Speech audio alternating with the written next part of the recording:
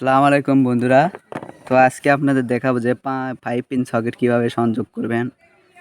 তো এই সকেটগুলোর মূলত ফ্রিজ, তারপর টিভি, রাইস কুকার এই কাজে এই সকেটগুলো ব্যবহার করা হয়। তো আপনাদের দেখাবো যে ডাবল 5 পিন সকেট কীভাবে সংযোগ দিবেন। তো এর জন্য আপনাদেরকে কয়টা তার কাটতে হবে ছোট ছোট করে। তো দেখতে পাচ্ছেন আমি তারগুলো কেটে নিয়েছি। তো আপনারা দেখতে পাচ্ছেন এখানে আপনাদেরকে বোর্ডের সাথে পরিচিত করে দিই। তো এখানে লেখা আছে এল। তো এল মানে লাইন, তো আর এখানে রয়েছে L1।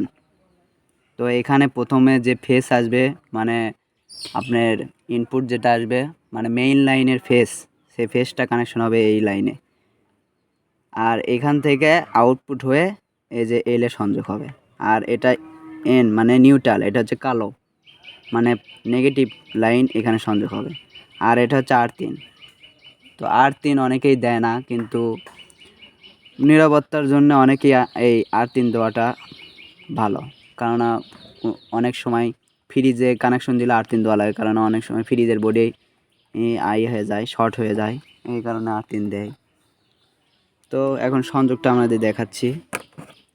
তো এখানে দেখতে পাচ্ছেন কম লেখা, এখান থেকে এই এল এটা শর্ট করে দিতে হবে। এই যে এই তারটাই এখানে শর্ট করে দিতে হবে। এরকম করে কানেকশন করে দেওয়ার পর তারপর দেখতে পাচ্ছেন এই যে এই নেগেটিভ। তো আমার কালো তার নেওয়া লাগতো, কিন্তু কালো তারটা বাসায় নেই, এই কারণে দেখাতে পারতেছি না। তো এটা হচ্ছে কালো তার মানে নিউট্রাল, এটা হচ্ছে নেগেটিভ লাইন ওইদিকে গেছে মানে যেটা আসবে। আর এখানে হবে ফেস কানেকশন। তো এরকম করে এই বোর্ডটা কানেকশন হবে। আর এটা হচ্ছে R3 মানে মাটি কানেকশন দিতে হয়। তো এটা আমরা দিব না, কারণ এটা আমরা ফ্রিজে কানেকশন দিব না, এটা এমনি রাউটার চালানোর কাজে ব্যবহার করব। তো আপনারা দেখাবার যে ডাবল কীভাবে সংযোগ দিবেন। ডাবল সংযোগ দেওয়ার জন্য প্রথমে এই যে আপনাদেরকে এই ফেসটা আগে দুইটা এক করে নিতে হবে, ফেস। তারপরে এখানে যে নিউট্রাল দেখতেছেন, এই নিউট্রাল দুইটা এক জায়গায় করে নিতে হবে।